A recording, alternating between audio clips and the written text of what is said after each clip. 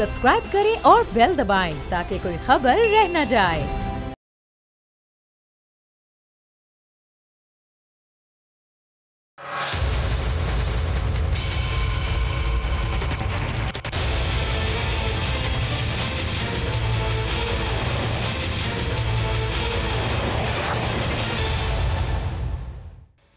अस्सलाम वालेकुम, आप देख रहे हैं प्रोग्राम बस बहुत हो गया। मैं हूं अरबाब जहांगीर। जिस तरह गुज़िश्ता दौरे हुकूमत की मईशत को पाकिस्तान तहरीक इंसाफ कबूल करने को तैयार नहीं थी और साबिक वजीर खजाना इसहाक डार और फिर बाद में मिफ्ता इस्माइल की मौशी पॉलिसियों को उनकी जानिब से आर्टिफिशियल करार दिया जा रहा था, बिल्कुल उसी तरह आज की अपोजिशन इमरान खान की मौशी टीम और हुकूमती आदाद शुमार मानने को तैयार नहीं है। अपोजिशन ये कहती है कि यह फोटोशॉप मईशत है जिसे एडिटेड करके पेश किया जा रहा है। हालांकि गुज़िश्ता चंद माह में मुल्की मईशत और इमरान खान की पॉलिसियों के मुस्बत नताइज मौसूल हो रहे हैं, जैसे रेकोर्डिक केस में PIA असासों की बहाली, वजीर खारजा शाह महमूद कुरैशी का बेहतरीन सिफारती सलाहियतों का मुजाहरा करते हुए मसले फ़लस्तीन पर कामयाबी हासिल करना हो, पाकिस्तान स्टॉक मार्केट का 73 साला रिकॉर्ड तोड़ना हो, या फिर पाकिस्तान को आलमी माहौलियाती फोरम की सदारत मिलना, पाकिस्तान का एशिया की सबसे तेज तरीन मार्केट बनना हो, या फिर पाकिस्तान का कोविड वैक्सीन तैयार करना, पाकिस्तान का 36 JF-17 थंडर तैयारों की फरोख्त का मुआहिदा हो, या फिर पाकिस्तान का 22 अरब डॉलर्स का कर्ज वापस करना, करंट अकाउंट खसारा 1 अरब डॉलर से प्लस होना हो, या फिर तरसीलात ज़र 24 बिलियन डॉलर्स का रिकॉर्ड होना और हर जिले में 10 से 15 अरब रुपए का तरक्याती पैकेज दिया जाना हो, या फिर एहसास किफालत प्रोग्राम, लंगर खाने, बैतुल माल फंड समेत गुरबा के लिए अहम तरीन प्रोग्राम्स कामयाबी से जारी होना हो, सेहत कार्ड्स का इजरा हो, किसान कार्ड का इजरा हो, पाकिस्तान का तरक्की के लिहाज से 63वें नंबर पर आना हो, वापडा के ग्रीन यूरो बॉन्ड को दुनिया में पजीराई मिलना हो, 500 मिलियन डॉलर के ग्रीन बॉन्ड को 6 गुना ज्यादा ऑफर मिलना हो, और आलमी सतह की तीनों रेटिंग एजेंसियों जिनमें S&P और मूडीज भी शामिल हैं उनकी तरफ से वापडा के आउटलुक को मुस्तहकम करार दिया जाना हो, GDP ग्रोथ 3.94% तक रिकॉर्ड होना हो, और मार्च के माह में एक्सपोर्ट 3.2 बिलियन डॉलर होना हो, गुड्स एक्सपोर्ट 21 बिलियन डॉलर तक पहुंचना हो, या फिर ज़र मुबादला का 27 बिलियन डॉलर को क्रॉस करना हो, मैन्युफैक्चरिंग 9% से ज्यादा बढ़ना, सीमेंट की फरोख्त रिकॉर्ड होना, कारों की फरोख्त और ट्रैक्टर की 62% सेल बढ़ना, रोशन डिजिटल अकाउंट में 1 बिलियन डॉलर आना, 10 साल बाद पाकिस्तानी शहरियों के लिए कुवैती वीजा बहाल होना, टैक्स कलेक्शन 4700 बिलियन रुपए होना, चारों सूबों में इकोनॉमिक जोन्स का बनना और पाकिस्तान में पहली मरतबा मोबाइल की मैन्युफैक्चरिंग कामयाब होना, इसके साथ कामयाब जवान प्रोग्राम के तहत खवातीन को 1 अरब रुपए तक का कर्ज जारी करना, अमेजोन का पाकिस्तान में आना, बिजनेस के नए मौके खुलना,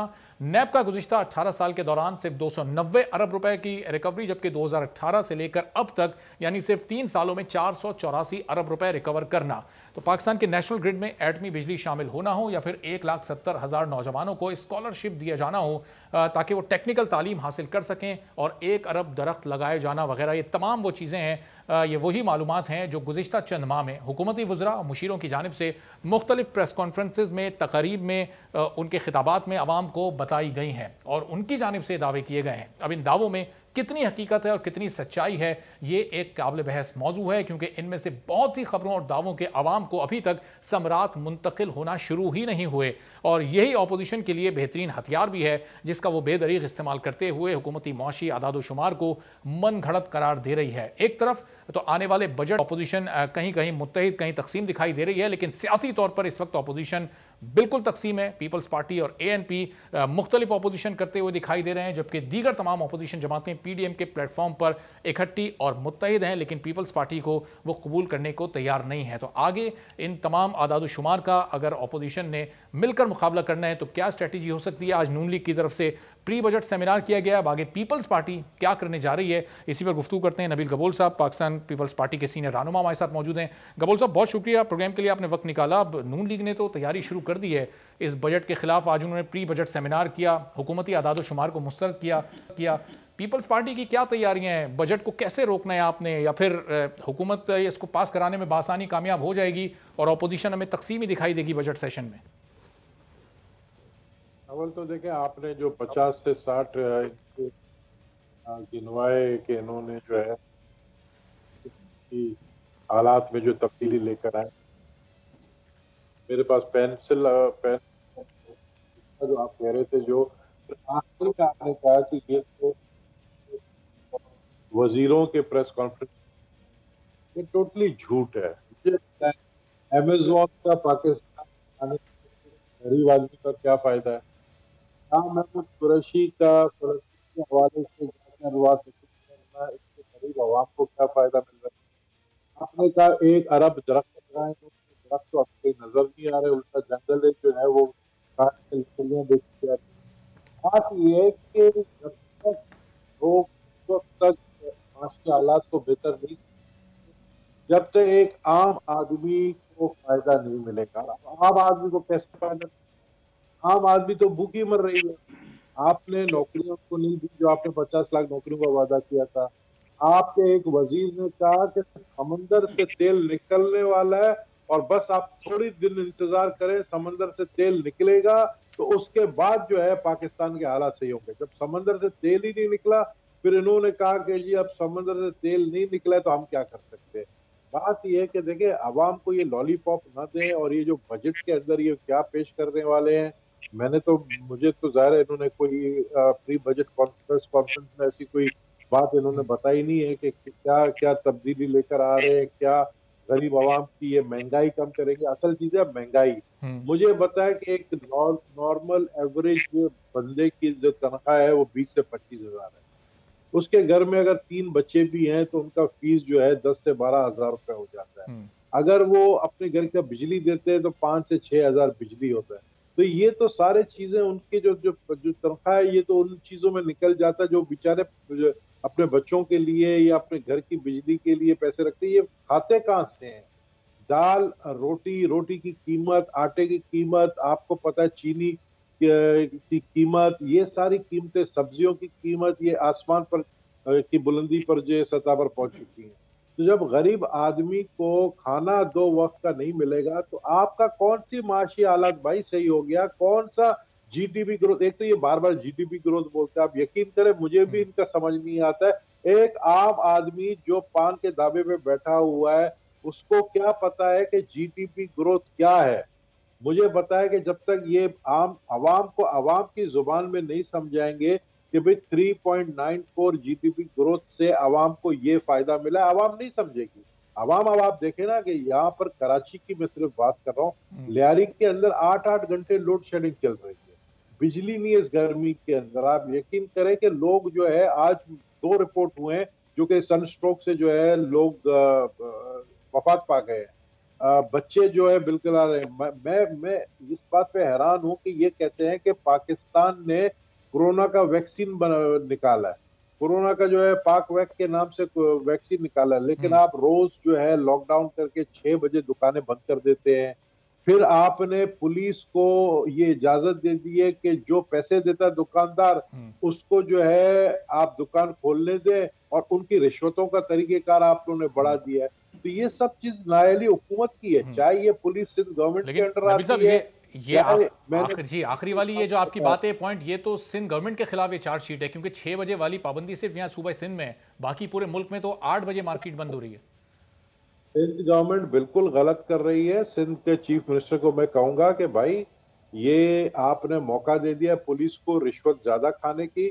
आप वजीर आला सिंध होते हुए आप 6 बजे के बाद जाएं, आप बेस बदल के जाएं। कम से कम आप भी हजरत उमर की तरह जो है, आप भी कोशिश करें कि आवाम के दरमियान में जाकर बेस बदल कर जाए। आपको पता चलेगा कि किस तरीके से कितने इलाके ऐसे हैं कराची के अंदर, गुलिस्तान जौहर के होटल खुले हुए हैं, आपके नॉर्थ नाजाबाद के होटल खुले हुए हैं। आपने जो है काफी इलाकों में जहाँ पे जो है पुलिस स्टेशन थाने के हिसाब से रिश्वतें ले रही है। तो ये तो आपका काम है। मैं वजीर आला सिंध को, अपनी हुकूमत को बोल रहा हूँ। तो ये सब चीज मिलाकर मैं कह रहा हूँ कि देखिए, मैं आवाम की बात कर रहा हूँ, आवाम इस पे तरस रही है, आवाम इस पे रो रही है। आवाम जो है वो आपके जितने ये जो आपने 50-60 कारनामे बताए हैं पीटीआई की गवर्नमेंट की, वो आवाम को सही। अच्छा नबील साहब, जाहिर है ये बताए नहीं मैंने, ये तो मुख्तलिफ लोगों जो इनके वुज़रा हैं, मुशीर हैं, वो प्रेस कॉन्फ्रेंसेज में आके मुख्तलिफ तकरीब में जो बातें करते हैं, ये तो सिर्फ वो कोट किए हैं। फैसला तो जाहिर है आवाम करेंगे कि इसमें किस हद तक सच्चाई है या नहीं। लेकिन नबील साहब, अब आप लोग, आवाम को आप लोगों से उम्मीद थी कि अगर हुकूमत ज़ाहिर है बेहतर नहीं परफॉर्म कर रही तो मुख्तलिफ अपोजिशन जमातें मुत्तहिद होकर कुछ कर सकेंगी, लेकिन आप लोग भी इस वक्त सियासी तौर पर तकसीम है, अपने छोटे छोटे फ़ायदे और मफादात के लिए आपने भी आवाम को भुला दिया और अपनी अपनी सियासत में मगन है। देखिए हमारे फायदे मुझे तो नहीं पता है कि हम हमें क्या फायदा। हम तो सिर्फ ये कहते हैं कि जहां रहो इज्जत से रहो। अगर पीडीएम ने हमें शो कॉज नोटिस भेजा और हमारी हम समझते हैं हम सियासत करते हैं इज्जत के लिए। शो कॉज नोटिस में जिस तरह उन्हें हमें डांटा गया कि जैसे हम उनके सबॉर्डिनेट्स हैं या उनके अंडर आते हैं या उनके पार्टी के कोई वर्कर हैं। हम मुस्लिम लीग नून के पार्टी के वर्कर नहीं है। हम कहते हैं कि भाई ये आपने पीडीएम किस लिए बनाया? जिस तरह चेयरमैन बिलावल ने कहा, ये गपशप के लिए तो नहीं बनाया था, या ये लंच या डिनर के लिए, चाय के पीने के लिए तो नहीं बनाया था। हमने आपको पहले दिन से कहा था कि भाई आए बिस्मिल्लाह करें, लॉन्ग मार्च शुरू करें। हम तैयार है, हमने तैयारी कर ली थी कराची से लॉन्ग मार्च की। हमने जो है लोग इकट्ठे करने शुरू कर दिए थे, लॉन्ग मार्च करें। लेकिन उन्होंने कहा नहीं जी, लॉन्ग मार्च अभी नहीं करेंगे। यानी हमें ऐसा लगा कि ये सिर्फ और सिर्फ अपने आप को सियासी तौर पर जिंदा रखने के लिए ये पीडीएम में बैठे।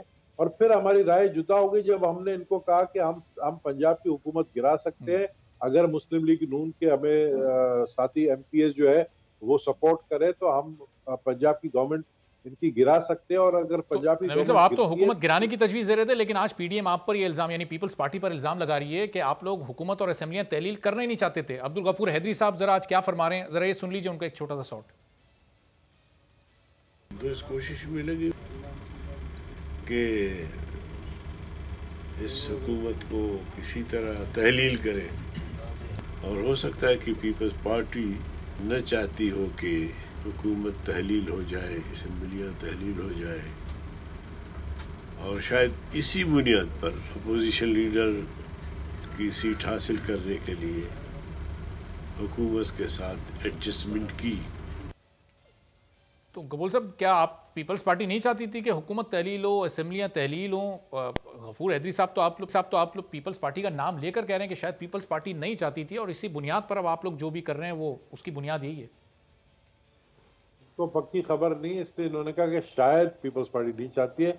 इनको मैं बता दूं कि जब पीडीएम की मीटिंग एक हुई थी आज से 2 महीने पहले, उसमें हमने इनको नंबर्स बताए थे कि पंजाब के अंदर जो हमारे राब्ते हुए पीटीआई के लोगों के साथ और दूसरी जमात के लोगों के साथ, हमने इनको नंबर्स बताए थे कि अगर आप मुस्लिम लीग नून के एमपीएस भी साथ देते हैं तो पंजाब की हुकूमत हम गिरा सकते हैं। जिस पर पीएमएल नून की लीडरशिप ने कहा कि नहीं, हम नहीं चाहते। और फिर उन्होंने ओपन स्टेटमेंट दी है, मरियम नवाज साहबा की स्टेटमेंट है कि हम नहीं चाहते कि बुज़दार की हुकूमत को गिराया जाए, इसलिए क्योंकि हम चाहते कि और हुकूमत करे ताकि ये और बदनाम हो और आवाम इनको गालियां दे, ताकि 2023 में फिर हम दोबारा आए।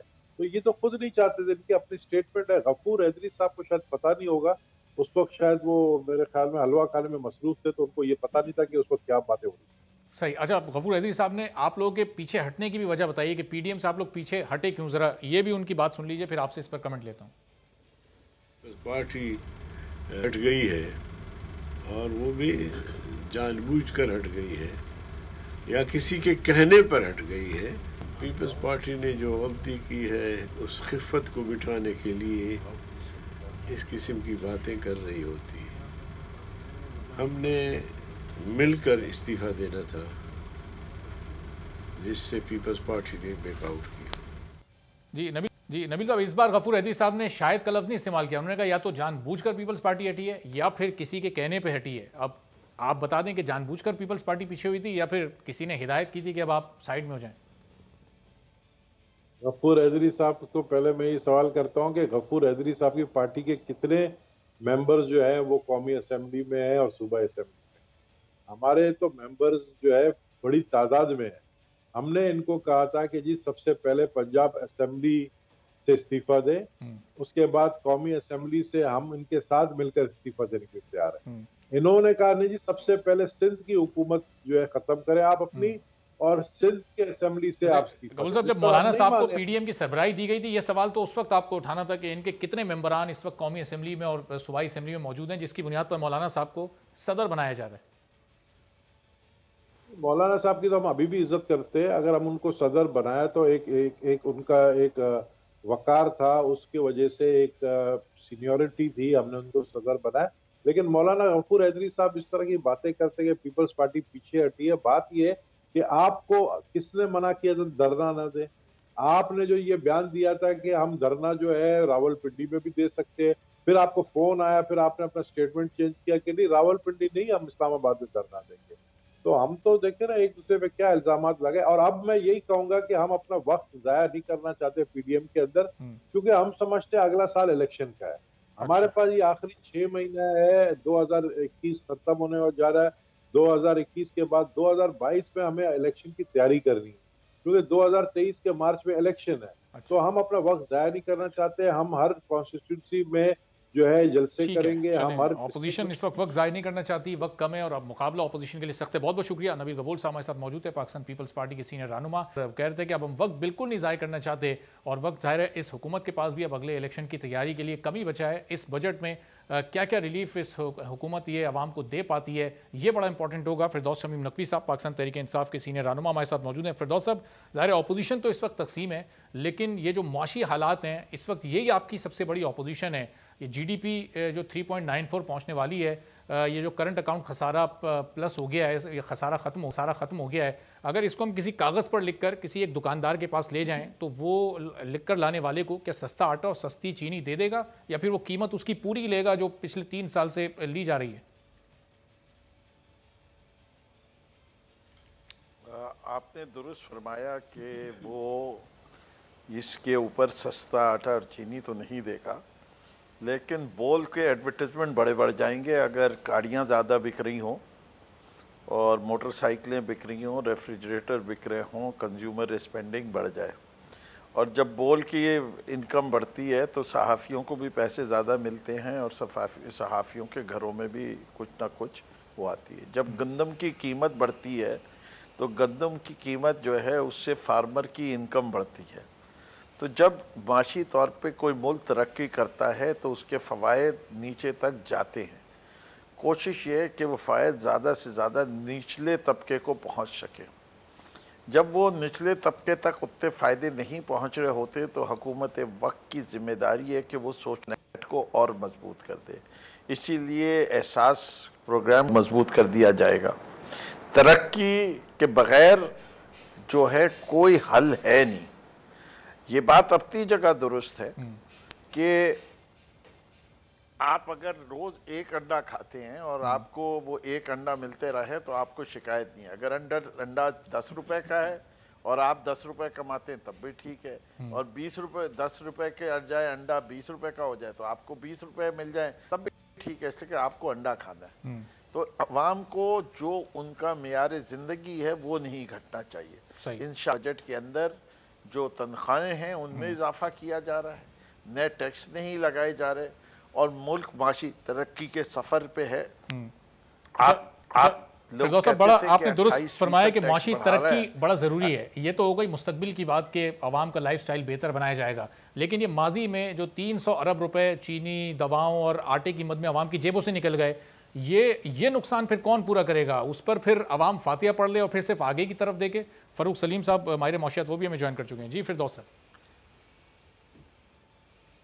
जी देखिए, बात ये है कि जो कीमतें बढ़ती हैं वो एक इनडायरेक्ट टैक्स है, और ये जो कीमत बढ़ी है इसके ऊपर अगर कोई कार्टेलाइजेशन की वजह से बढ़ी है तो ये पैसा रिकवर करवाना हुकूमत अदालती निज़ाम दोनों का ताल्लुक है कि वो उन मिल मालिकों से, उन मिडल मैन से, उन ट्रेडर से, उन होल सेलर से जिन्होंने ये कीमत बढ़ाई, इस कार्टेलाइजेशन प्रोसेस के उनसे रिकवर की जाए और वो फिर आवाम के बहबूद के ही लिए वो पैसा इस्तेमाल हो। इस मुल्क के अंदर अनफॉर्चुनेटली ये है कि जो क्रिमिनल्स हैं इन द सोसाइटी और ख़ास तौर पे जो वाइट कॉलर क्रिमिनल है, he has gotten away scot free. पिछले 70 साल में हार्डली कोई नॉन आदमी को जो है कोई सज़ा मिली है वाइट कॉलर क्राइम की। हम सिर्फ छोटे चोरों को पकड़ते रहे हैं, जेब काटने वालों को पकड़ते रहें, मोबाइल फ़ोन चोरी करने वालों को पकड़ते रहें, लेकिन जिन्होंने इस मुल्क की ख़जानों पे डाका डाला, उन इंडस्ट्रीज जिन्होंने टैक्स की बेतहाशा चोरी की, उन इंडस्ट्रियलिस्ट को जिन्होंने ओवर इन्वॉइसिंग करके मशीनरी मंगवाई और ज़ीरो इक्विटी के साथ अपनी फैक्ट्रियाँ लगाई और फिर नॉन परफॉर्मिंग करके और बैंकों से कर्जा लेके वो भी घर लेके बैठ गए। और उनका वाहिद मकसद इंडस्ट्री लगाने का ये नहीं था कि कमाएं उससे, वो तो लगाने में कमाना चाह रहे थे, जिसकी वजह से आपने देखा कि जो कुछ कितने बैंकों का पट्टा बैठ गया। अभी भी आज के दौर के अंदर सीमेंट कार्टलाइज है, शुगर इंडस्ट्री कार्टलाइज है, और उसके अंदर और पोल्ट्री इंडस्ट्री भी कार्टलाइज नज़र आ रही है, स्टील कार्टलाइज नज़र आ रही है। और जो कंपटीशन कमीशन है उसको अपने काम को बेहतर करना चाहिए और करना पड़ेगा, और इन कार्टल्स को नहीं पनपने दिया जा सकता, वरना ये कार्टलाइजेशन जो है वो मईशत की रीढ़ की हड्डी जो मईशत को तबाह कर देगी। ठीक है, तो फिरदौस साहब 3 साल बाद भी आप ये कह रहे हैं कि कंपटीशन कमीशन को अपनी परफॉर्मेंस बेहतर करनी पड़ेगी। अब फ़ारूक सलीम साहब, ये गुज़िश्ता प्रोग्राम में आपने बताया था कि 3 तरह की मईशतें होती हैं, गरीब मईशतदान की और सियासतदान की। सियासतदानों की अगर मईशत की हम ये बात करें, इस वक्त जो हमें आदाद शुमार दिखाई दे रहे हैं, मुस्तकबिल बेहतर होने की नवीद तो इसको कहा जा सकता है, लेकिन ये माजी में जो 3 साल इस आवाम ने बड़े मुश्किल गुजारे, ख़ुद वज़ीर आज़म भी कहते हैं मुश्किल वक्त था, उसकी जिम्मेदारी किस पर आएगी? क्या हुकूमत को वो कबूल करनी चाहिए, और फिर कबूल करती है तो फिर वो पैसा भी क्या रिकवर होकर आवाम तक मुंतकिल होना चाहिए दोबारा, या वो हम भूल जाएं और अब आगे की तरफ देखें बस?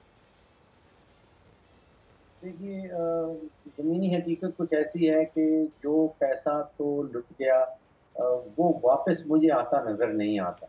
ये 33 महीने गुजर गए हैं, 50% से ज़्यादा टाइम जो है वो PTI का गुजर गया है। देखिए, आप इसको ऐसा एक तशवीश सुनिए कि एक बस में 22 करोड़ पाकिस्तानी बैठे हैं और वज़ीर आज़म साहब उसके ड्राइवर हैं। अब हम क्या चाहते हैं कि वो मुसलसल जो रेयर व्यू मिरर है, जो पीछे वाला शीशा होता है, कि पिछले 3 साल में, पिछले 5 साल में, पिछले 10 साल में कितनी बेईमानी हुई, कितना पैसा लूटा गया, क्या सारा का सारा फोकस उसके ऊपर कर दें, या मुल्क को आगे लेके चलना है? अब बस के जो सामने वाला शीशा है उस पर ज़्यादा फोकस करना है, और ये 22 करोड़ पाकिस्तानियों को हमने आगे लेके चलना है। ये ख्वाब छोड़ दें कि जो चीनी के कार्टेल्स ने पैसा बना लिया, जो आटे के कार्टेल्स ने पैसा बना लिया, वो कहीं हुकूमत रिकवर कर लेगी और पाकिस्तानियों की फलाह बहबूद के लिए खर्च होगा। ये बहुत लंबा ख्वाब है, इसको छोड़ दें तो बेहतर है। ऐसी पॉलिसीज बनाई जाएं कि कल जो आने वाला कल है उसमें पाकिस्तानियों के ऊपर जो मजबूरी बोझ है उनको किसी तरह कम किया जाए। जो फरूक साहब, उसको ये पूरे माजी को छोड़ना और भूलना इसलिए शायद आसान होता है कि अगर ये तमाम लोग, ये शुगर मिल्स मालकान, आटे के मिल्स मालिक, ये सब बाहर चले गए होते मुल्क से, फिर बंदा भूल भी जाता कि चलो जी बंदा ही चला गया तो अब उसका क्या करना है। लेकिन ये सब लोग तो यहीं पर मौजूद हैं, वही मिल्स आज भी चल रही हैं, वहीं से चीनी आज भी आके महंगी बिक रही है। हुकूमत ने 52 से 100 करके वापस 85 पे लाके उसकी कीमत फिक्स कर दी, 33 रुपये ज़्यादा आज भी एक आदमी की जेब से उस पर जा रहा है। तो ये भूलना बड़ा मुश्किल होगा ये सब चीज़ें। अब ये आपने अच्छा नुक्ता उठाया। देखिए, हुकूमत का काम क्या इन लोगों को पकड़ के बंद करना है, या हुकूमत का काम 22 करोड़ पाकिस्तानियों के ऊपर बोझ कम करना है? देखिए, आज आप इन सारे सरमायाकारों को, इन सारे सरमायादारों को, इन सारे कार्टेल्स वालों को जेल में बंद कर दें तो आप पिछले 3 साल से यही तो कोशिश कर रहे हैं। हमारा जो अदालती निज़ाम है, हमारे जो प्रोसिक्यूशन करने वाले वकला हैं, वो इस काबिल नहीं है कि इनसे पैसे वापस ला पाएंगे। अब जो हमने मामला करना है वो पॉलिसी का करना है। आपने जो इनको मार देनी है, जो कार्टेल्स तोड़ने हैं, जो चीनी का माफिया जिसको हम कहते हैं, बिजली का माफिया जिसको कहते हैं, आटे का माफिया जिसको कहते हैं, इसके ऊपर वार करना है पॉलिसी के जोर के ऊपर। हुकूमत को पॉलिसी साजी करनी है और पॉलिसी साजी के नतीजे में 22 करोड़ पाकिस्तानियों का फायदा करना है और इन कार्टेल्स को तोड़ना है। ये डराने धमकाने और नैब से आपने देख लिया कि 3 साल में क्या हुआ। सारा काम आता है, जो आपका मईशत का पहिया है उसको हमने जितनी तेजी से घुमाना है, जितनी तेजी से सके घुमाना है, उसको रोकना नहीं। ठीक है, चलें एक छोटा सा ब्रेक फरूक साहब, फिरदौस साहब यहाँ शामिल करते हैं, और ब्रेक के बाद जब हैं तो फिर ये सवाल अपने पैनलिस्ट के सामने मैं रखता हूँ कि ये आने वाले दौर में अगर बेहतरी लानी है और तनख्वाहों में इजाफा किया जा रहा है तो इसका मतलब क्या ये लिया जाए कि लोगों की आमदनी को तो बढ़ाया जा रहा है, हुकूमत शायद महंगाई कम करने में नाकाम हो गई है इसलिए वो इस ऑप्शन की तरफ गई है। महंगाई कम करना कितना इस वक्त ज़रूरी है और अमली तौर पर हुकूमत के लिए क्या मुस्तकबिल में मुमकिन होगा या नहीं, एक ब्रेक के बाद इसका जवाब लेते हैं।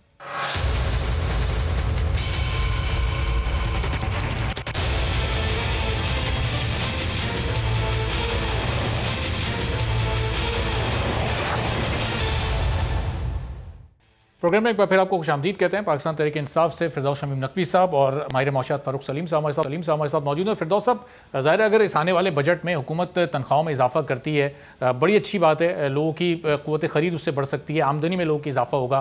लेकिन इसका दूसरा मतलब फिर ये लिया जाए कि महंगाई कम करने में हुकूमत चूँकि नाकाम हो गई है, इसलिए अब आमदनी में इजाफे का सोचा जा रहा है। देखिए, इन्फ्लेशन कम होनी चाहिए, लेकिन इन्फ्लेशन होती है और वो एक तरीके से हर माशरे में होती है, जितनी कम हो उतना बेहतर है। पाकिस्तान के अंदर, पाकिस्तान पीपल्स पार्टी के दौर के अंदर सबसे ज़्यादा इन्फ्लेशन रही जो 22% तक गई सालाना, और उनके पूरे 5 साल के अदवार में 1 साल सिंगल डिजिट हुई, बाकी सारे साल डबल डिजिट है।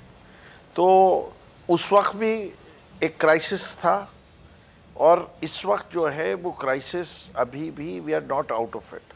इससे ज़्यादा कई और बड़े क्राइसिस हैं कि ये मुल्क जो है वो उसके अखराजात उसकी आमदनी से कहीं ज़्यादा है। इस मुल्क के लिए सबसे बड़ा ख़तरा जो है इसका डेट बर्डन है। इससे कि जब तक हमारे टैक्स के ज़रिए हम पिछले कर्ज़े वापस नहीं कर सकेंगे तो तलवार जो है वो हमारे सर पे मेरी कौम लटकी हुई है। उसके साथ अगर हम रुपयों में कर्जा नापते हैं तो जब हम डिवैल्यू करते हैं तो हमारा कर्जा और बढ़ जाता है, और अगर हमने रियल सेंस में कर्जा कम करें तो वो रुपी टर्म्स में तो कम हो भी नहीं रहा। इस वक्त आपका डेफिसिट फाइनेंसिंग है वो इसलिए कि टैक्स आप जितना जमा कर रहे हैं और जो आपके अखराजात हैं वो उससे ज़्यादा हैं। इससे कि प्राइम डेफिसिट ठीक है नहीं है, हम सरप्लस में थे इस साल, अगले साल थोड़ा और बढ़ जाएगा, लेकिन जो आप टोटल एक्सपेंडिचर है जब आप डेट फाइनेंसिंग उसके अंदर डालते हैं और रीपेमेंट लगाते हैं तो आपके पास नेशनल कॉम पिछले 20 साल से आप ये करते आ रहे हैं कि आप और कर्जा लेके पिछले कर्जे की किस्तें उतार रहे हैं, और कर्जा अगर पूरा नहीं उतारते तो कर्जा और बढ़ रहा है, और जो करेंसी डिवैल्यूएशन की वजह से रुपी टर्म्स में बढ़ा है तो जितना उतारा नहीं होता रुपी टर्म्स कर्जा और ज़्यादा बढ़ जाता है। तो ये हमारे लिए एक सबसे ज़्यादा परेशान कुन बात है, और जितनी तेज़ी से और कोशिश कर रहे हैं हम कि टैक्स बेस बढ़े और वाइडन की जाए, इससे कि जो लोग टैक्स दे रहे हैं उनके ऊपर और ज़्यादा बर्डन नहीं डाला जा सकता। जो टैक्स इवेजन कर रहे हैं उनको पकड़ना है, और वो उसी वक्त पकड़ा जाता है। फारूक साहब की बात से मैं एग्री करता हूँ, लेकिन हमें अपने प्रोसिक्यूशन को और सिस्टम के जरिए जो है ये इंतजाम को जब तक मजबूत नहीं करेंगे हम तो फिरदौस साहब ज़ाहिर है वो इस्लाहात भी आप ही लोगों को लानी पड़ेंगी, तभी ये निज़ाम बेहतर होगा। फारूक सलीम साहब, जब ये हुकूमत आई थी तो कर रहे हैं, कोशिश कर रहे हैं, उसके लिए मैं आपकी तरफ आ रहा हूँ फिरदौस साहब। देखिए, असल में बहुत सारी जगह हाथ जकड़ दिए गए। हमारे provinces are surplus and not delivering the service, लेकिन क्योंकि आईनी तौर पे एनएफसी अवार्ड को प्रोटेक्शन दिया हुआ है, आपका वो रूम टू प्ले जो है वो ख़त्म हो गया। अब हुकूमत के पास सिर्फ 44% है। फारूक साहब भी, बहुत सारे दूसरे इकोनॉमिस्ट भी बांग्लादेश का एग्जाम्पल देते हैं, लेकिन unfortunately we are a security. ठीक है फिरदौस साहब, मैं आता हूँ आपकी तरफ जरा। हफीज़ पाशा साहब, साबिक वज़ीर ख़जाना हमारे साथ मौजूद हैं। हफीज़ पाशा साहब, बहुत शुक्रिया, आपने प्रोग्राम के लिए वक्त निकाला। अब ये इस वक्त जो हुकूमत बजट पेश करने जा रही है, इसमें फिरदौस शमीम साहब हमारे साथ मौजूद हैं, बता रहे हैं, मुख्तलिफ रहनुमा बताते रहते हैं कि लोगों की तनख्वाहों में इजाफा होगा। लोगों की तनख्वाह ये किस हद तक बढ़ा देंगे? 10%, ज़्यादा से ज़्यादा 15%। लेकिन जिस शरह से महंगाई बढ़ रही है, लोगों की क्या क़ुव्वत ख़रीद में मुस्तकबिल में इजाफा हो सकेगा? क्या मुआशी हालात लोगों के बेहतर हो सकेंगे? आपको लग रहा है ऐसा सर? बिस्मिल्लाह, देखिए बात यह है कि हुकूमत तो तनख्वाह बढ़ा रही है, और ये अच्छी बात है, इसलिए कि जब ये आखिरी मरतबा बढ़ाया था 2018 में तो ये मुनासिब है। मगर अब ये एक तो चीज़ें हुकूमत, हमारी जो प्रोविंशियल गवर्नमेंट, उनको ये अनाउंस कर देना चाहिए कि मिनिमम वेजेस जो हैं वो जो हमारे वर्कर्स के हैं उसमें भी इजाफा करें, और ये इंश्योर करें कि ये इम्प्लीमेंट हो।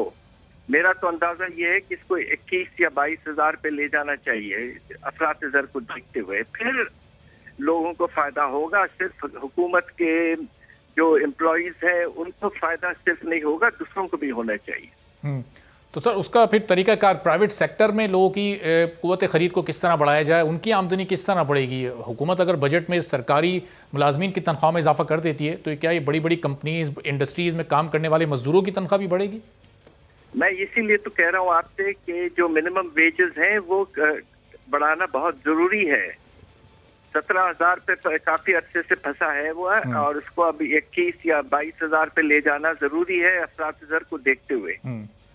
और सर इस अफराते ज़र को नीचे कैसे लेकर आना है? सिर्फ ये वेजेस बढ़ाना ही मसला है या फिर इस महंगाई में भी कमी के लिए कुछ इक़दामात ऐसे हैं जो आप तजवीज़ कर सकते हैं? क्या होने चाहिए इस वक्त? देखिए, सबसे अहम ये है कि आपका जो रुपए के कदर में इजाफा हुआ है उससे कुछ फायदा हुआ है कि बाहर की चीजों में इजाफा कम हो रहा है, अलबत्ता कीमतें डॉलर्स में बढ़ रही हैं। तो ये जरूरी है कि जो रुपए की कदर है उसको मुस्तहकम रखें और गिरने ना दें। पिछले 2-3 दिन से गिरना शुरू हो गया है। दूसरी तरफ जो आपको करना है कि जो इनडायरेक्ट टैक्सेस हैं उनमें बिल्कुल कोई इजाफा ना करें, और जिस हद तक हो सके आप अब चीनी का इसी हुकूमत ने जो सेल्स टैक्स रेट था 8 को 17 कर दिया था, इसी तरह वेजिटेबल घी का भी बढ़ा दिया था। तो इसको जो ओरिजिनल रेट थे उस पर वापस ले जाना जरूरी है ताकि कुछ तो कमी आए खाने पीने की चीजों में। और तीसरा ये है कि कोशिश ये करें कि मनी सप्लाई में इतनी तेजी से इजाफा ना हो, इसलिए कि पिछले 2 साल मनी सप्लाई में काफी तेजी से इजाफा होता रहा है। तो 3-4 चीजें करनी है इनको, और अगर हो सके तो सूद को थोड़ा कम करें ताकि कॉस्ट ऑफ प्रोडक्शन में कमी आए। 7% से कम करके इसको 5% पे ले आए। सही। तो फ़ारूक सलीम साहब, हफीज़ पाशा साहब ने अभी जो ये तजावीज़ पेश की हैं, आप इनसे इत्तेफाक करते हैं नहीं करते हो? फिर साथ ही सवाल भी मेरे ले लीजिएगा। जब 2018 में हुकूमत आई तो हमें बताया गया कि इस मुल्क पर इस वक्त 28,000 अरब 30,000 अरब रुपए का कर्जा है, इसलिए मईशत बदहाली की तरफ जा रही है।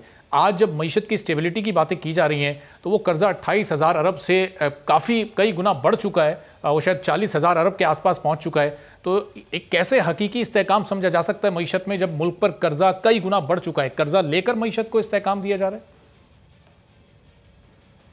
कर्जा जो आपकी फिगर्स हैं वो तो हकायक हैं, वो हुकूमत खुद से और स्टेट बैंक खुद से छापती है। 28,000 से आज तकरीबन हम 45,000 पे पहुंच गए हैं सिर्फ 3 सालों के दौरान। जो डॉक्टर पाशा साहब कह रहे हैं मैं उनसे लार्जली एग्री करता हूँ कि हमने अगर इन सारी मुश्किलात से गुजरना है तो जो मईशत का पहिया है उसकी जो रफ्तार है उसको तेज से तेज तरीन करना है। यानी कि ग्रोथ की जो बार बार बात की जाती है कि ग्रोथ में इकोनॉमी को ले जाके हमने अपने इन प्रॉब्लम से जो है वो बाहर निकलना है। और ग्रोथ के लिए बहुत ज़रूरी होगा कि इंसेंटिव दिए जाएं इन्वेस्टमेंट के लिए, यानी कि जो सरमायाकारी मुल्क के अंदर होनी है, सरमायाकारी बैरूनी सरमायाकार आके भी सरमायाकारी करें, अंदरूनी सरमायाकार जो है वो भी सरमायाकारी करें, और उसके नतीजे में फिर जो ग्रोथ आएगी उससे ये बाकी प्रॉब्लम जो है हमारे जो हम हमेशा डिस्कस करते रहते हैं वो दूर होंगे। अब देखिए हमारा टैक्स का निज़ाम जो है वो इतना पेचीदा बना के रखा है, उसको सिंप्लीफाई करना बेहद ज़रूरी है। दूसरा विद होल्डिंग टैक्सेस हैं, कोई 4 दर्जन के करीब विद होल्डिंग टैक्सेस हैं। अच्छी खबर यह है कि हुकूमत इस वक्त सोच रही है कि उनको नीचे लाया जाए, सिंगल डिजिट में ले आए, 8, 9, 10 से ज़्यादा विद होल्डिंग टैक्सेस ना हो। इसी तरह टर्नओवर टैक्सेस जो हैं वो मैं समझता हूँ कि बिजनेसेस के लिए बिजनेसेस को फर्दर डिप्रेस करते हैं, उनको उनकी हौसला शिकनी करते हैं। बेहतर होगा कि अगर मिनिमम टर्नओवर टैक्स जो उस वक्त 1.5% लगाया जाता है उसको 0 कर दिया जाए। इसी तरह कॉर्पोरेट टैक्स जो है वो पाकिस्तान में तकरीबन one of the highest in the world है, यानी कि पूरी दुनिया में पाकिस्तान की जो कॉर्पोरेशंस हैं वो सबसे हाईएस्ट टैक्स देती हैं। वो कई इंसिडेंट्स में वो 50% तक पहुंच जाता है, जबकि इस रीजन में जो है वो 25 से 30% कॉर्पोरेट टैक्स है। अगर उसको नीचे लाया जाएगा तो मजीद मामला थे। इसी तरह जीएसटी को जो मैं समझता हूँ कि सिंगल डिजिट में लाना चाहिए। बहुत हाई जनरल सेल्स टैक्स रखा है हमने। ठीक है, चलें, बहुत बहुत शुक्रिया। फ़ारूक सलीम साहब, फीस पाशा साहब, फिरदौस शमीम नकवी साहब हमारे साथ मौजूद थे और ज़ाहिर मुल्क की कौमी राय दे रहे थे। और अब प्रोग्राम में आगे बढ़ते हैं और कराची के एक बड़े मसले पर बात करते हैं। गुज़िश्ता रोज़ वफाकी वज़ीर बराए तवानाई हम्माद अज़हर ने कराची को बिजली फराम करने वाली कंपनी के इलेक्ट्रिक को बिजली के मसाइल हल करने के लिए 10 दिन की मोहलत दी। वफाकी वज़ीर बराए तवानाई हम्माद अज़हर ने यह मोहलत वफाकी दारुल हुकूमत इस्लामाबाद में मुनक़िदा एक आला सतही इजलास में दी, जो कि शहर कायद में बिजली के मसाइल के हल के लिए मुनक़िद किया गया था। इजलास में गवर्नर सिंध इमरान इस्माइल, वफाकी वज़ीर हम्माद अज़हर, वफाकी सेक्रेटरी तवानाई और वफाकी सेक्रेटरी ख़जाना ने भी शिरकत की। और इजलास में दी जाने वाली ब्रीफिंग में बताया गया कि वफाकी हुकूमत ने के इलेक्ट्रिक को दरपेश मसाइल हल कर दिए हैं, लिहाजा अब कराची के शहरियों को बिला तात्तुल बिजली की फराहमी के इलेक्ट्रिक की बुनियादी जिम्मेदारी है। हम्माद अज़हर ने इजलास में के इलेक्ट्रिक को 400 मेगावाट से ज़ायद बिजली फराम करने के अज़्म का भी इआदा किया, लेकिन साथ ही उन्होंने हिदायत दी कि के इलेक्ट्रिक कराची में बिजली के मसाइल आइंदा 10 रोज़ में लाजमी हल करे। और वफाकी वज़ीर बराए तवानाई के इस ऐलान को अभी 24 घंटे भी नहीं गुजरे थे कि कराची के शहरियों के लिए के इलेक्ट्रिक की जानिब से गैर एलानिया और इजाफी लोड शेडिंग के साथ एक और बुरी खबर अजाब बन गई। के इलेक्ट्रिक ने नेपरा से बिजली 6 रुपये 31 पैसे फी यूनिट महंगी करने की दरखास्त कर दी। के इलेक्ट्रिक ने कराची के शहरियों के लिए बिजली की कीमतों में बड़े इजाफे की दरखास्त की है, जिसमें माहाना एडजस्टमेंट्स की मद में बिजली 5 रुपये 95 पैसे, सहमाही एडजस्टमेंट के लिए बिजली 36 पैसे फी यूनिट महंगी की जाए। नेपरा के इलेक्ट्रिक की दरखास्तों पर 15 जून को समाअत करेगा। के इलेक्ट्रिक ने जनवरी से मार्च 2021 की माहाना एडजस्टमेंट के लिए बिजली 5 रुपये 95 पैसे और जनवरी तक मार्च 2021 की सहमाही एडजस्टमेंट्स की मद में 36 पैसे, जबकि जनवरी 2021 की एडजस्टमेंट की मद में बिजली 1 रुपये 97 पैसे, फरवरी 2021 की एडजस्टमेंट की मद में बिजली 2 रुपये 49 पैसे और मार्च 2021 की एडजस्टमेंट के लिए बिजली की कीमत में 1 रुपये 49 पैसे इजाफे की दरखास्त की गई है। जबकि अप्रैल 2021 की एडजस्टमेंट की मद में बिजली की कीमत में 86 पैसे की मामूली कमी की इस्तदा की गई है। के इलेक्ट्रिक की जानिब से ये इक़दामात ऐसे वक्त पर किए जा रहे हैं जब हुकूमत मौशी तरक्की के दावे कर रही है। वफाकी वुज़रा के इलेक्ट्रिक को रिलीफ फराहम करने और मुल्क में तवानाई के सरप्लस होने की बातें कर रहे हैं, मगर हकीकतन आवाम आज भी गैर एलानिया और इजाफी लोड शेडिंग से अपने ही घरों में तड़पने और भारी भरकम बिल अदा करने पर मजबूर हैं, क्योंकि हुकूमत ना ही इंतज़ामिया के इलेक्ट्रिक को लगाम डाल रही है और के इलेक्ट्रिक अपनी इजारादारी के सबब कराची के शहरियों, कारोबार और इंडस्ट्री की खुल्लम खुल्ला रही है और किसी की नहीं सुन रही है। और वफाकी और सूबाई हुकूमतें अब तक इसको लगाम डालने में मुकम्मल तौर पर नाकाम है। प्रोग्राम में एक ब्रेक लेते हैं और ब्रेक के बाद वापस आएंगे। तो अब एक अच्छी खबर, PSL का आगाज़ 9 जून से होने जा रहा है। तमाम खदशात ख़त्म हो गए, तमाम रुकावटें ख़त्म हो गई हैं। इस पर मज़ीद बात होगी एक ब्रेक के बाद।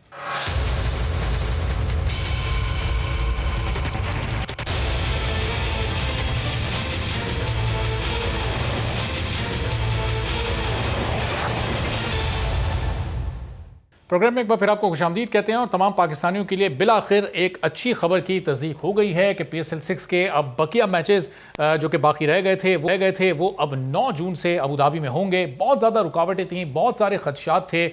ये बात तय हो गई थी कि अबू धाबी में ये बकिया मैचेस खेले जाएंगे, लेकिन उसके बाद SOPs की बहुत ज़्यादा वहाँ पर सख्ती थी। कभी खिलाड़ियों के वीज़ा के इशूज़ आ रहे थे, कभी भारतीय स्टाफ को काम ना करने देने की बातें हो रही थी, लेकिन बिलाखिर PCB ने काफ़ी टाइम लिया और अबू धाबी की हुकूमत को, UAE की हुकूमत को मनाने में कामयाबी हासिल कर ही ली। लेकिन ये इस दौरान जो पूरी बदइंतज़ामी हुई, खिलाड़ियों को तवील इंतज़ार की अज़ियत से गुजरना पड़ा और फिर अब वहाँ पर पहुँच तो गए हैं, लेकिन क्या अब ये टूर्नामेंट अपने अख्ताम तक मज़ीद बदइंतज़ामियों से बच सकेगा, कामयाबी से इसका इनेकाद हो सकेगा, या आगे भी इस तरह की कोई चीज़ें हो सकती हैं? और ये इस बदइंतज़ामी का ज़िम्मेदार कौन है? क्या PCB की ये कुछ कमी, कोई कोताही, कोई खामी रह गई? इस पूरी सूरत हाल पर गुफ्तगू करते हैं। मिर्ज़ा इकबाल बेग साहब हमारे साथ मौजूद हैं, सीनियर स्पोर्ट्स एनालिस्ट हैं। मिर्ज़ा, प्रोग्राम के लिए आपने वक्त निकाला। ये इब्तिदा में हमने सुना था 1 जून से इसका आगाज़ अबू धाबी में होगा, ये मई के आगाज़ में खबर सामने आ गई थी। अब ये 9 जून से होने जा रहा है। ये जो 9 दिन लेट ये शुरू होने जा रहा है, इसमें खिलाड़ियों के वीज़ा के इशूज़ भी आए, भारतीय स्टाफ को लेकर भी बहुत बातें हो रही थी। ये क्या मिसमैनेजमेंट थी PCB की, या अबू धाबी की हुकूमत के रूल्स रेगुलेशंस बहुत ज़्यादा सख्त थे? मिर्ज़ा साहब देखिए, ये बद इंतज़ामी थी अरबाब पाकिस्तान क्रिकेट बोर्ड की, जिनकी एक 7 रुकनी टीम 11 मई से वहां बैठी हुई थी और फिर 2 अफराद और वसीम खान और नदीम खान इंग्लैंड से आ गए, यानी कि 9 अफराद इतने अरसे से वहाँ मौजूद और कुछ नहीं कर पाए। और इसका क्रेडिट पीसीबी को नहीं जाता, इसका क्रेडिट वजीर खारजा शाह महमूद कुरैशी को जाता है, जिन्होंने बात की मुत्तहिदा अरब अमारात की हुकूमत से कि जनूबी अफ्रीकन और भारतीय जो क्रू आ रहा था टेलीविज़न का उसको लैंड करने की इजाज़त दिलवाई, वरना बड़ा मसला पैदा हो जाता। आखिर इस ड्रामे का, इस टेंशन का जिम्मेदार कौन है? पाकिस्तान क्रिकेट बोर्ड है। तमाम ऑफिशियल इधर उधर थे, ऐसा लगता है ग्रुप बंदी है क्रिकेट बोर्ड में, एक दूसरे को नीचा दिखाने की कोशिशें। और अब आप देखें कि सितंबर में एहसान मानी साहब का 3 साला दौरे चेयरमैनशिप खत्म हो रहा है। अब नया चेयरमैन आएगा। वसीम खान और एहसान मानी से तो इस्तीफे का मुतालबा किया जा रहा है। आरिफ अब्बासी, नजम सेठी और दीगर क्रिकेटर्स ने भी उनसे इस्तीफे का मुतालबा किया है, क्योंकि वो पूरी तरीके से इस मामलात को हैंडल करने में नाकाम रहे। बहरहाल देर आयत दुरुस्त आयत, ये ना हो कि पाकिस्तान क्रिकेट बोर्ड जो है वो कहे जी लीग 9 जून से शुरू हो रही है तो हम बच गए, खुशी के शादियाने बजाना शुरू कर दे। ऐसा नहीं होना चाहिए। जो जिम्मेदार है उनका एहतसाब जरूर होना चाहिए, इस खुशी में उन्हें नहीं भूल जाना चाहिए। लेकिन जहां तक बात है अरबाब के लीग, बहरहाल ये पाकिस्तान का ब्रांड है, अगर ये अभी नहीं होती तो फिर बड़ी मुश्किल हो जाती। पाकिस्तान की जितनी जगहसाई, जितनी बदनामी हुई है पीसीबी की बदइंतजामी की वजह से, वो यकीनन नाकाबिले बयान है। सही। और मिर्जा साहब, चूंकि ये आपने फरमाया कि पाकिस्तान का ये ब्रांड है, तो इसमें ये पूरा production staff, crew staff Pakistani क्यों नहीं होता? पाकिस्तानियों को इसमें क्यों नहीं मौका दिया जा रहा? क्या ऐसी मजबूरी है कि ये भारत से प्रोडक्शन टीम बुलवानी पड़ती है और ज़ाहिर है उसी प्रोडक्शन स्टाफ को इजाज़त दिलवाने के लिए ये इतनी ताख़ीर का सामना करना पड़ा है? इसकी बुनियादी वजह यह है कि हमारे पास स्किल्ड लोग नहीं है। कि आप देखें, एक कैमरा जो होता है ड्रोन कैमरा चलाना होता है, उसके अलावा एक स्पाइडर कैम होता है, उसके अलावा बग्गी का कैमरा है जो ग्राउंड लेवल पर चलता है, जो टायर्स की मदद से छोटा चलता है, उसके अलावा मिक्सिंग है, विज है, बहुत सारी चीज़ें हैं जो कि बड़ी इंपॉर्टेंट है, टेक्निकल है। दिलचस्प बात यह है, अगर पीटीवी या कोई दूसरे लोग कहते हैं कि जी हमें तो मौका ही नहीं मिला, तो 2015 से इंटरनेशनल सीरीज हो रही है पाकिस्तान में। 6 साल हो गए, 6 साल में आप किसी को तैयार नहीं कर सके। हैरत की बात है कि भारत में 1985 से ये काम हो रहा है और सारे उनके स्किल्ड वर्कर हैं जो 16-17 लोग हैं। तो आखिर हम क्यों नहीं कर सके? इसकी बुनियादी वजह क्या है? उसकी बुनियादी वजह यही है कि हम रिलक्टेंट होते हैं, क्योंकि हमें जो है किकबैक्स भी मिल सकते हैं। अगर हम प्रोडक्शन के राइट्स देंगे उसके भी पैसे मिलेंगे, स्टाफ बाहर से लाएंगे, तो क्या जरूरत है हमें यहाँ पर बेलने की? तो सबसे बुनियादी वजह यही है कि हमने क्यों नहीं तैयार किए स्किल्ड लोग। हमें तैयार करना चाहिए। पाकिस्तानियों का शुमार दुनिया के चंद ज़हीन तरीन लोगों में होता है, तो इसके जिम्मेदार जो है ये पीटीवी स्पोर्ट्स वाले हैं। इसका जिम्मेदार पाकिस्तान क्रिकेट बोर्ड है कि जो खिदमात बाहर आउटसोर्स लेता है, जिसकी वजह से लोग डेवलप नहीं हो पाए। और मिर्जा साहब, हमेशा भारतीय प्रोडक्शन कंपनी क्यों? चले पाकिस्तान में स्किल्ड लोगों की कमी है, लेकिन दुनिया के दूसरे ममालिक भी तो हैं, बड़े ममालिक जो क्रिकेट खेलते हैं, Australia, New Zealand, south Africa, England, यहाँ से प्रोडक्शन टीमें नहीं बुलवाकर क्या उनसे काम करवाया जा सकता? भारतीयों का अरबाब मसला ये है कि उनके पैसे कम है, इंग्लैंड के या दीगर ममालिक पैसे ज़्यादा लेते हैं, तो गालिबन एक चीज़ ये भी जहन में होगी। और जो हॉक आई चलता है, वो हॉक आई दुनिया में सिर्फ एक ही मुल्क है, इंग्लैंड, जहाँ पर वो स्किल्ड लोग हैं जो उसको चला सकते हैं। लेकिन आपकी बात दुरुस्त है कि आखिर भारत ही क्यों? और भारतीय जो ब्रॉडकास्टर्स हैं, टेलीविज़न क्रू, उनकी वजह से हमें आज ये दिन देखना पड़ा है। अगर वो नहीं होते तो कब की ये लीग अपने वक्त पे शुरू हो जाती।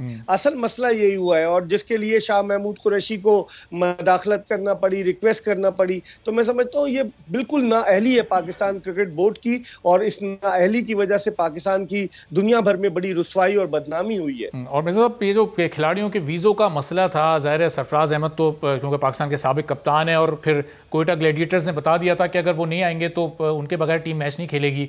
वो तमाम खिलाड़ियों का मसला हल हो गया, या अभी भी कुछ फ्रेंचाइजीज के कुछ खिलाड़ी जो ज़ाहिर है नामवर नहीं है, फिर उनके लिए आवाज़ भी नहीं उठाई जाती, वो रह गए अभी भी इस लीग में शामिल होने से सिर्फ वीज़ों की बुनियाद पर?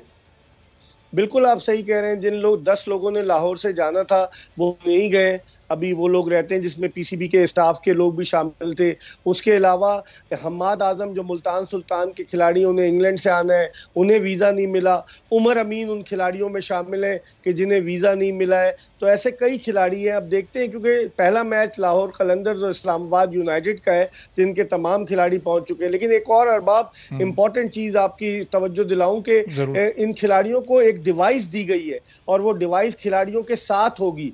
बायोसिक्योर बबल से जब भी ये बाहर निकलेंगे बिप बज जाएगी और पता चल जाएगा। वो एस्ट्राडा नामी जो कंपनी है इंग्लैंड की, जिसको ये सारा ठेका दिया गया है बायोसिक्योर बबल का, तो अब खिलाड़ी इस टेंशन में भी है कि बायोसिक्योर बबल है, अगर इधर उधर कहीं गए बीप बज जाएगी। बड़े बड़े मतलब एक जहनी तनाव का शिकार है खिलाड़ी। अब इस जहनी तनाव में 41 दर्जा सेंटीग्रेड टेम्परेचर है अबू धाबी का, क्या करते हैं ये देखना होगा। सही। और मिर्जा, तो फिर इस जहनी तनाव में क्या ज़ाहिर खिलाड़ी अपनी रिलैक्स होकर क्या बेहतरीन परफॉर्मेंस अपनी दे सकेंगे? वही PSL के रंग जो हमें माजी में नज़र आते हैं, ख़ासतौर पर कज़ाफ़ी स्टेडियम, नेशनल स्टेडियम में, क्या वो नज़र आ सकेंगे और ये लीग अपने पाए तकमील तक ये पहुँच सकेगी? क्योंकि ये तो बहुत ही ज़्यादा सख्त पाबंदियाँ हैं, बहुत ही पाबंद कर दिए गए खिलाड़ियों को। जी हाँ, पाए तकमील तक तो मुझे उम्मीद है इंशाल्लाह पहुंचेगी, लेकिन पाबंदियां बहुत है। आप देखें ना, 7 दिन का क्वारंटीन है। आप देख रहे होंगे वसीम अकरम की वीडियो भी आई, दीगर खिलाड़ियों ने तस्वीर जारी की कि किस तरीके से एक कैद खाने में थे। और अभी भी बहुत सारे उनके लिए, उनको जो SOPs दिए हैं पाकिस्तान क्रिकेट बोर्ड ने कि क्या क्या करना है क्या क्या नहीं करना, तो वो पहले ही एक तो जहनी दबाव का शिकार थे। चार्टर फ्लाइट की, जाएं ना जाएं, वीज़ा आया नहीं आया, और फिर वहां पहुंच के इस तरह की सूरत हाल। फिर सबसे बड़ी जो सूरत हाल है जिसका सामना खिलाड़ियों को करना पड़ेगा वो वहां की गर्मी है। अरबाब, कभी जून में वहां मैचेस नहीं होते अबू धाबी में, तो जून में मैचेस आप करा रहे हैं, 41 दर्जा सेंटीग्रेड है और जो फील लाइक होगा वो तकरीबन 43-44 दर्जे होगा। इसीलिए पाकिस्तान क्रिकेट बोर्ड कह रहा है, इसने गिमिक्स किए कि 3 वाटर ब्रेक होंगे, खिलाड़ियों को कोकोनट वाटर दिया जाएगा, खिलाड़ियों को आइस कॉलर्स दिए जाएंगे, आइस जैकेट्स दी जाएंगी। इस गर्मी को हमारे खिलाड़ी तो बर्दाश्त कर लेंगे, लेकिन जो गोरे खिलाड़ी आए हैं, जो गैर मुल्की, जो इस गर्मी के कभी भी मुतहम्मिल नहीं हो सकते, उनका क्या हाल होगा ये भी हमें सोचना चाहिए। सही। और मिर्जा, इस टेंशन ज़्यादा माहौल में कि जब ये बातें हो रही थी PSL होगी नहीं होगी, इजाज़त मिलेगी नहीं मिलेगी, एहसान मानी साहब के इस्तीफ़े की खबर राशिद लतीफ़ साहब ने वो ट्वीट की, फिर एहसान मानी साहब ने तो उसकी तरदीद कर दी। ये वाकई उनसे इस्तीफ़ा मांगा गया था, उन्होंने खुद इस्तीफ़ा दिया था, अब तो उनकी मुद्दत भी ख़त्म होने जा रही है, तो इस खबर में कोई सदाकत थी? उन्होंने तो तरदीद कर दी है। मेरी राशिद लतीफ़ से बात हुई, राशिद लतीफ़ ने कहा कि मैंने जानबूझ के ये खबर दी क्योंकि मानी साहब इस पूरे सिनेरियो में मंजर से गायब थे, ऐसा लग रहा था कहीं छुपे हुए थे। तो जब खबर आई कि जी उनका इस्तीफा मांग लिया गया, तो फौरन वो मार्केट में आए और उन्होंने एक टेलीविजन चैनल को कहा ये मनगढ़ंत खबर है। वैसे भी सितंबर में उनका टेन्योर खत्म हो रहा है, अल्लाह उनकी उम्र दराज करे। मार्च में 76 बरस के हो गए एहसान मानी, तो मुझे तो नहीं लगता कि वो कंटिन्यू करें, लेकिन वो वजीर आजम के काबिल एतमाद लोगों में से, शौकत खानम के बोर्ड ऑफ गवर्नर्स के मेंबर हैं, उसके अलावा गलियार डेवलपमेंट अथॉरिटी के चेयरमैन रह चुके, बड़े करीब हैं खान साहब के। लेकिन लगता है ये उम्र का उनकी तकाजा यही है कि अब शायद वो कंटिन्यू ना करें। वसीम खान देखना है कंटिन्यू करते हैं या नहीं करते, वो भी इंग्लैंड में बैठे हुए थे, वर्क फ्रॉम होम कर रहे थे, बाद में वो आए, तो बहुत बड़ा ये एक मिसहैप हुआ है जिसका खमियाजा इन सब लोगों को भुगतना पड़ेगा। बहुत बहुत शुक्रिया मिर्जा इकबाल बेग साहब, सीनियर स्पोर्ट्स एनालिस्ट हमारे साथ मौजूद थे। और 9 जून से 6 के बकिया मैचेस का आगाज़ होने जा रहा है और उम्मीद और दुआ यही है कि PSL के वही रंग जो कराची के कराची के नेशनल स्टेडियम और लाहौर के कज़ाफ़ी स्टेडियम में हमें देखने को मिलते रहें, उसी तरह से ये लीग अपने इख्तिताम को पहुँचे। आज के प्रोग्राम से इजाज़त दीजिए, अल्लाह हाफ़िज़।